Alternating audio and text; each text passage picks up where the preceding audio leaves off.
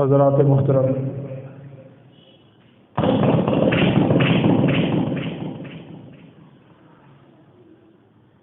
گزشتہ جمعۃ المبارک میں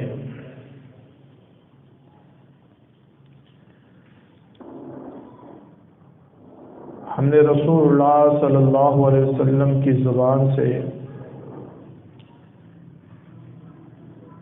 دعا پانے والے خوش نصیب لوگوں کا تذکرہ پڑھا تھا۔ آج انشاءاللہ الرحمن اس دنیا میں کچھ ایسے بد نصیب لوگ بھی ہیں کہ جن کو رسول اللہ صلی اللہ علیہ وسلم نے اچھے الفاظ سے نہیں پکارا۔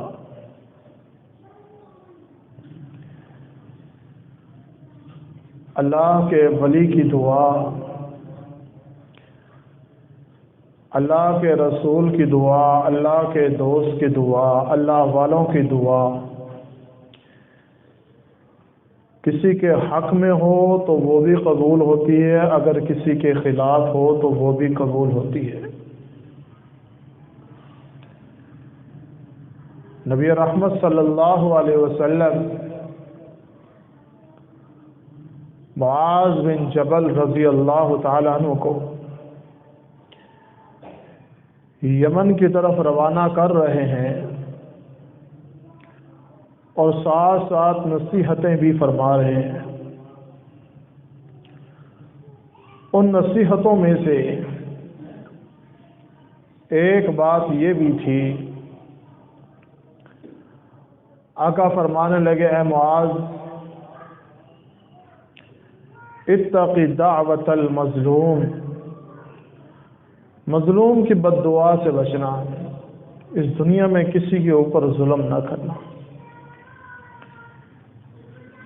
کیونکہ مظلوم کی نکلی ہوئی آہ اور عرش والے رب کے ہاں درمیان میں کوئی پردہ نہیں ہوتا، وہ ڈائریکٹ قبول ہوتی ہے۔ میرے اور آپ کے پیارے حبیب جناب محمد رسول اللہ صلی اللہ علیہ وسلم نے بے شمار ایسے مواقع پر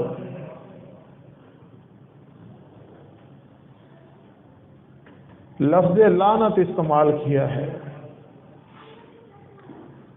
لعن اللہ من ذبح لغیر اللہ،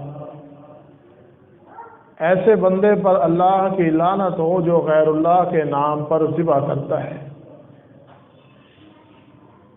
یہ بھی ایک ایسے الفاظ ہیں جو کسی کے خلاف دعا ہو، اور اسی طرح آقا علیہ الصلوۃ والسلام نے ایسے بندے پر بھی لعنت کی، اس کے خلاف دعا کی جو عورتوں کے ساتھ انسان مشابہت اختیار کرتا ہے، عورتوں جیسا لباس پہنتا ہے، عورتوں جیسا بناؤ سنگھار کرتا ہے، عورتوں جیسے کام کرتا ہے، ایسے بندے کے خلاف بھی رسول اللہ صلی اللہ علیہ وسلم نے اس کے خلاف دعا اس انداز سے کی، لعنہ کے الفاظ بولے۔ پھر اور بھی بے شمار مواقع پر آتا ہے کہ آقا علیہ الصلوۃ والسلام نے ایسا بندہ جو کسی غمی کے وقت بے صبری کا مظاہرہ کرتا ہے، اپنے گریبان کو چاک کرتا ہے، رخساروں کو پیٹتا ہے، ودعا بدعوت الجاہلیہ، جاہلیت کے بول بولتا ہے، اس کے بارے میں بھی آقا نے لفظ لعنہ استعمال کیا ہے۔ پھر ایسا بد نصیب جس کو رسول اللہ صلی اللہ علیہ وسلم نے ارشاد فرمایا، لعن اللہ من غیر منار الارض، ہمارے دیہاتوں میں اکثر لڑائی اسی منار الارض پہ ہوتی ہے۔ زمین کی وٹ کو کاٹ کاٹ کر اپنی زمین میں شامل کرتے رہنا، جس کی وجہ سے اکثر کسانوں کی لڑائی ہوتی ہے اور ایک دوسرے کو وہ قتل بھی کر دیتے ہیں۔ آقا فرماتے ہیں ایسے بندے پر بھی اللہ کی لعنت ہے، گویا کہ اس کے خلاف دعا ہے، وہ بندہ کبھی بھی کامیاب نہیں ہو سکتا۔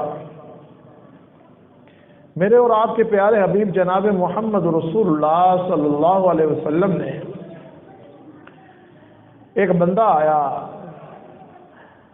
مسجد میں، کہنے لگا کہ میرا اونٹ گم ہو گیا ہے۔ مسجد میں آ کر اعلان کر رہا ہے کہ میرا اونٹ گم ہو گیا ہے۔ تو آقا علیہ الصلوۃ والسلام نے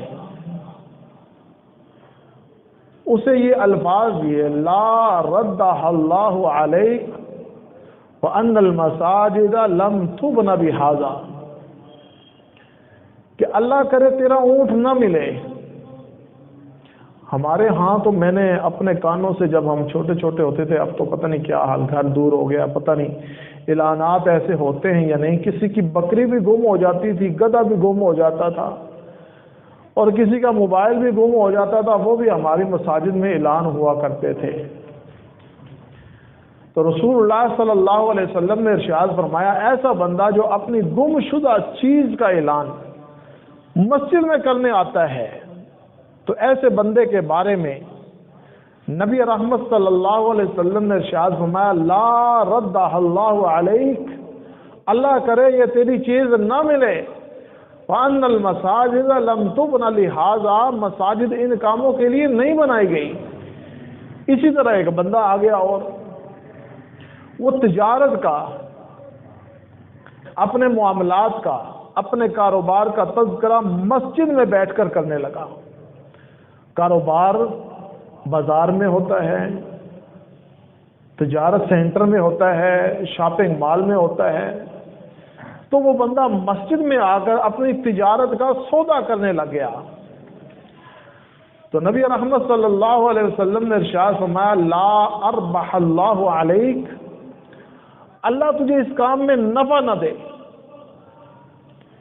ایسے کام جو رسول اللہ صلی اللہ علیہ وسلم نے جن پر لعنت کی ہے اور جن کے مردود ہونے کا تذکرہ کیا ہے اور جن میں نفع نہ ہونے کا تذکرہ کیا ہے، ایسے الفاظ رسول اللہ صلی اللہ علیہ وسلم نے بے شمار لوگوں کے لیے کہے ہیں کہ لوگوں سمجھداری کا مظاہرہ کرو، یہ کام تم مسلمانوں والے نہیں ہیں، لیکن افسوس در افسوس جو کام رسول اللہ صلی اللہ علیہ وسلم نے ہمیں منع فرمائے تھے، اور ہمیں پتہ بھی ہے، مسلمان ہونے کے ناطے ہم جانتے بھی ہیں، اور ایسے ایسے تاجر، میرے پاس ایک بندہ آیا، کہنے لگا کہ فلاں تاجر ہے، وہ مجھے 1 سال کے لیے 10 لاکھ روپے دے رہا ہے، اور وہ کہتا ہے میرا اپنے ان کاموں میں شیئر کر لو، اگر یہ کام تم اس میرے معاہدے سے ہٹ کر اگر تم نے چوری چوری یہ سامان بیچا، تمہیں 10% جرمانہ ہوگا، اور اگر 1 سال میں تم میرے پیسے نہ لوٹا سکا، تجھے پھر بھی 10% جرمانہ ہوگا۔ اب کان ادھر سے پکڑ لیں یا ادھر سے پکڑ لیں، وہ بندہ کہنے لگا وہ تو ماشاءاللہ بڑا حاجی ہے، نمازی ہے، پرہیزی ہے۔ تو بینک والے کیا کرتے ہیں؟ بینک والے بھی تو یہی کرتے ہیں، بینک والے بھی یہی کہتے ہیں اگر معینہ مدت میں اگر تو نے میرا پیسہ نہ لوٹایا تو ہر ماہ تیرے اوپر اتنا اتنا بونس وہ لگتا جائے گا، پیسے لگتے جائیں گے۔ اللہ نے ہمیں بتا دیا ہے، سمجھ دے دی ہے، بوجھ دے دی ہے، پھر بھی ہم مسلمان ہونے کے ناطے، نمازی ہونے کے ناطے، پرہیزگار ہونے کے ناطے، صوم و صلات کا پابند ہونے کے ناطے، پھر بھی پتہ نہیں لوگ کہاں کہاں سے شکیں نکال کر لے آتے ہیں، جی فلاں عالم نے کہہ دیا، پتہ نہیں کون سے عالم نے کہہ دیا، بیچارے ان پڑھ نے، اس کے پاس علم نہیں ہوگا، اس نے اپنے علم کے مطابق کہہ دیا۔ تو ہم نے سامان لینا ہو، ایک چیز لینی ہو، مال لینا ہو، ہم 10 دکانیں پھرتے ہیں، لیکن ایک مسئلے کے پیچھے جہاں ہمیں اپنا مفاد مل جائے ہم اس عالم کے پاس بھاگے جاتے ہیں کہ یہ کچھ نرم ہے، یہ دین کے معاملے میں نرم ہے۔ نبی رحمت صلی اللہ علیہ وسلم نے ارشاد فرمایا، لا اربح اللہ علیک، اللہ تیرے مال میں نفع نہ دے تجھے، یہ نبی رحمت صلی اللہ علیہ وسلم ان لوگوں کے الفاظ، ان لوگوں کے خلاف الفاظ یہ بول رہے ہیں، فَلْيَحْذَرِ الَّذِينَ يُخَالِفُونَ عَنْ أَمْرِهِ أَن تُصِيبَهُمْ، کہ لوگوں جو اللہ اور اس کے رسول کی نافرمانی کرتے ہیں انہیں ڈرنا چاہیے، خوف کرنا چاہیے کہ ہمارے اوپر کوئی مصیبت نہ آ جائے، عذاب نہ آ جائے اللہ کا۔ نبی رحمت صلی اللہ علیہ وسلم کے سامنے ایک بندہ بیٹھا، اس نے بائیں ہاتھ کے ساتھ کھانا شروع کر دیا۔ آقا علیہ الصلوۃ والسلام کا فرمان ہے کل بیمینک وسم اللہ، اپنے دائیں ہاتھ سے کھا، اپنے آگے سے کھا، کل بیمینک دائیں ہاتھ سے کھا، سم اللہ اللہ کا نام لے کر کھا۔ تو اس بندے نے مذاق میں کہہ دیا ہے، جیسے ہم بھی ہمارے معاشرے میں کتنے ہی ایسے لوگ ہیں جو مذاق میں یہ الفاظ کہہ دیتے ہیں کہ یار جب قیامت آئے گی دیکھ لیں گے، کل کس نے دیکھا ہے، موت کس نے دیکھی ہے، ابھی تو ہم جوان ہیں، ابھی تو ہم نے مرنا کہاں ہے، ابھی تو ہمارے پاس بہت مہلت ہے، موت آتے ہوئے، مصیبت آتے ہوئے دیر نہیں لگتی۔ آنن فانن بیٹھے بیٹھے انسان ہیرو سے زیرو پر آ جاتا ہے، انسان کو ڈرنا چاہیے۔ رسول اللہ صلی اللہ علیہ وسلم نے اس بندے کو کہا وَقُلْ بِيَمِينِكَ، اے بندے اپنے دائیں ہاتھ سے کھا۔ تو اس نے مذاق میں کہہ دیا ہے کہ میرا دایاں ہاتھ کام نہیں کرتا۔ صحابی رسول فرماتے ہیں رب کعبہ کی قسم اس کا دایاں ہاتھ تندرست تھا، صحیح تھا، سلامت تھا۔ اس نے اللہ کے نبی کے سامنے بیٹھ کر یہ بات کی کہ میرا دایاں ہاتھ کام نہیں کرتا۔ اللہ کی قسم پھر ساری زندگی میں نے دیکھا اس کا دایاں ہاتھ دوبارہ اٹھ نہیں سکا۔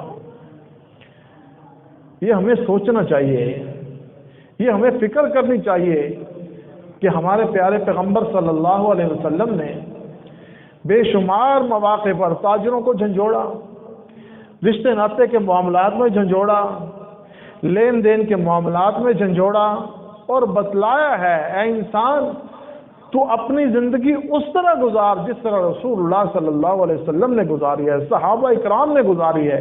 اپنے دائیں ہاتھ سے کھانا کھا۔ اور کتنے ہی ایسے لوگ ہیں جو بائیں ہاتھ سے کھانا کھاتے ہیں، ان کو پتہ ہی نہیں ہے معاشرے میں رہنے کے اصول کیا ہیں، ہمارے کھانے کے اصول کیا ہیں، رسول اللہ صلی اللہ علیہ وسلم نے کھانے کے اصول کیا بتائے ہمیں، کس طرح ہم نے کھانا کھانا ہے، کس طرح اپنے بچوں کو کھانا کھلانا ہے، تربیت کس طرح کرنی ہے۔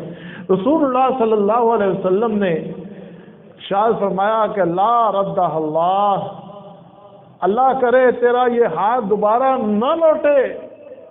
اور صحابی رسول کہتے ہیں میں نے اپنی زندگی میں دیکھا اس کا ہاتھ ایسے ہی شل رہا، وہ نیچے رہتا تھا، وہ کھانے کے قابل بھی نہیں تھا۔ ہم رسول اللہ صلی اللہ علیہ وسلم کے کتنے ہی ایسے فرامین ہیں جن کی خلاف ورزی کر جاتے ہیں۔ ہمیں ڈرنا چاہیے، ہمیں سوچنا چاہیے کہ ہم رسول اللہ صلی اللہ علیہ وسلم کے فرمان کی خلاف ورزی کر رہے ہیں۔ آقا علیہ الصلوۃ والسلام سے بخاری کی حدیث ہے، قریش بیٹھے ہوئے تھے سارے مل کر، اس میں ابو جہل بھی تھا۔